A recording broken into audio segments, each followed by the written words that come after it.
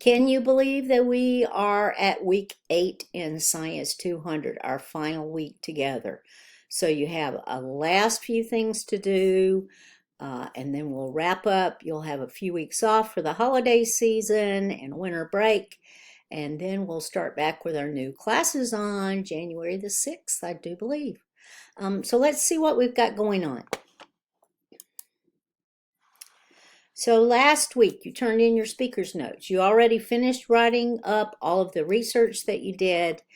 And from that information that you had already gleaned about your topic, you put together a set of speaker's notes, what you would be saying when you're making a presentation.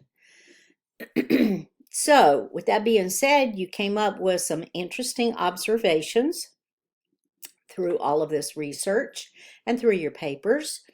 For example, GMOs. I think most of you learned, if you chose GMOs as your topic, that there is literally no documented adverse effects to consuming GMOs in the human diet. And in fact, we all consume GMOs. If you eat any kind of corn product whatsoever, 90 to 95% of all corn is GMOs, genetically modified organisms that are out there growing as crops. Soybeans are the same way, and there's so many other crops that are like this. They assure our food security for at least a while longer, but the rate of the population increase on this planet is just astounding. In 2050, we are estimated to have 9 billion people on the planet. And it was just in 2022 or 23 that we hit 8 billion. So how are we going to feed another billion people in 2050? I don't know, but through the help of GMOs, we may be able to do it. I don't know if we can sustain this rate of growth, though. Electric vehicles, you found out that they aren't quite as carbon neutral as everybody says, especially from the mining of the lithium to make the batteries, to the production of the electric vehicles, to the power sources that give you the electricity to run your electric vehicle, and also to the disposal of the batteries. They're not quite as carbon neutral as everybody says. Biodiversity conservation. Why are we having such trouble with this? Why are we destroying ecosystems by knocking out at least a few important species in ecosystems? Because of human habitation, urbanization, etc. Yeah, we're taking over more and more space on the planet, and we're moving out species. So we've got to reverse this, or there will be detrimental effects. Ocean acidification. This is already causing changes in our food supply from marine life that is out there in the ocean. Calcification of shellfish is totally changed now because the ocean is becoming less and less. It has a lower and lower pH. Sorry about that. It is becoming more and more acidic. Genetic engineering is not done in human beings yet because of all the ethical considerations. And if you chose this as your topic, you found that out. There are so many ethical considerations. Who decides which traits are going to be genetically engineered in a human embryo? That's a good question. Who decides which one shouldn't be messed with? Who decides how this affects future generations and your children and your children's children, etc., by the manipulation of genes in embryos? So there are a lot of ethical considerations which we have not figured out yet. So I'm sure that you found that if you did take a look at genetic engineering. There are some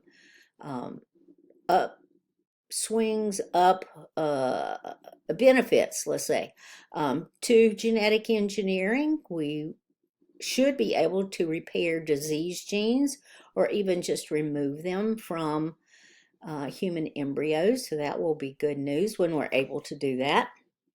But before we can, we've got to figure out all these ethical issues.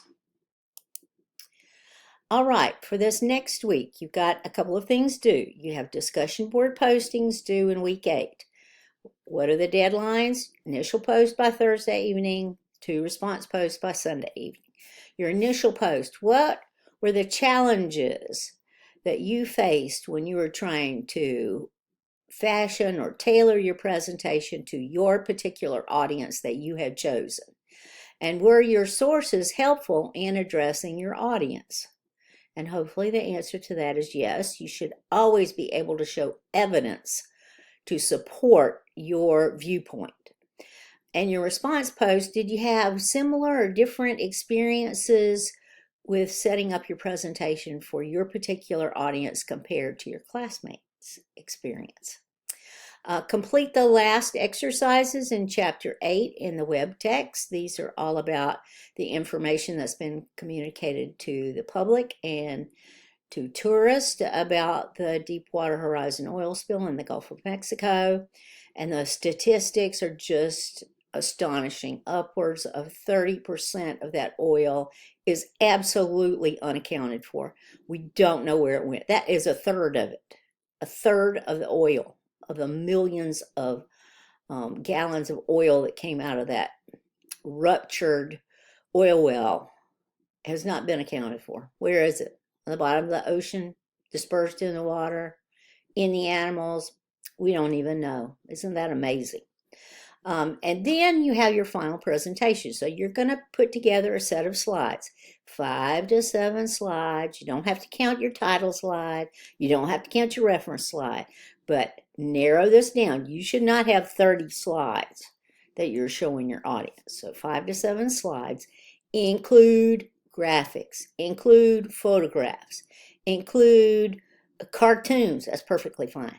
Include data, graphs, tables, bullet points for your information. Remember that your speaker's notes should go at the bottom of each one of these slides. So when you look at your speaker's notes now, take out each section for that particular slide and put that at the bottom of the slide where I showed you last week. On your slide, you should just have bullet points. You should not have words upon words upon words. And then I show you a slide like this and have lots of words on it. But this is for you to read also. I have a totally different reason for presenting this to you. So make sure you have bullet points. If you're going to use any wording at all, which you do not have to do because you have your explanations in your speaker's notes.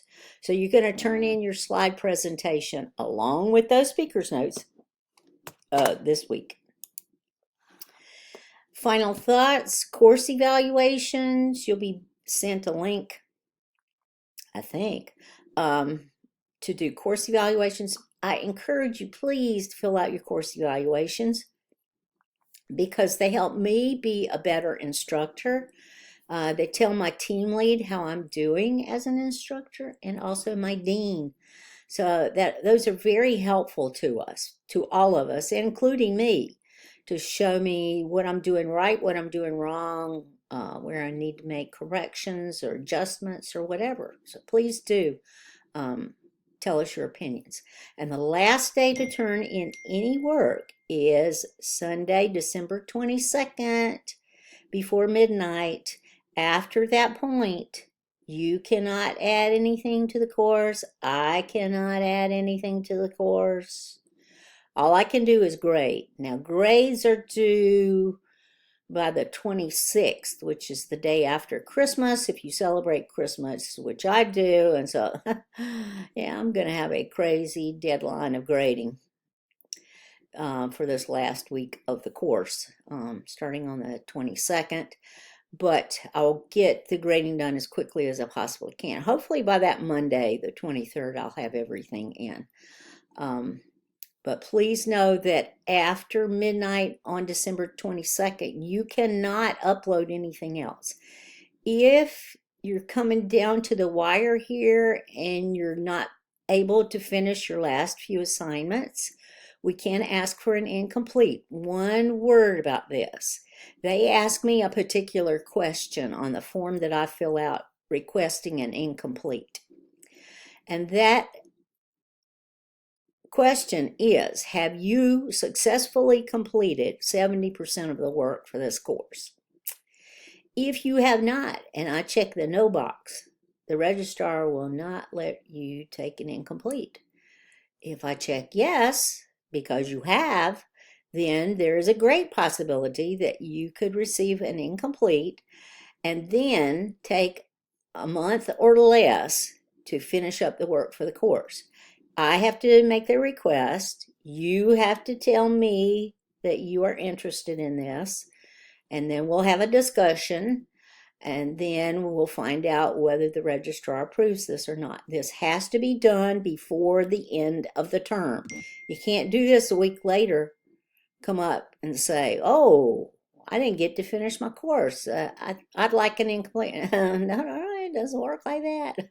You have to do that before the end of the course. So let me know if you're having any issues, if you want me to request an incomplete, etc. With that being said, I hope that you have a wonderful holiday season, that you've enjoyed our class. I think you've learned a lot. Even the textbook is so good. I love the examples that they give of the Deepwater Horizon oil spill, everything from Alexander Fleming to John Snow to everything in between, the Flint, Michigan water issues, etc.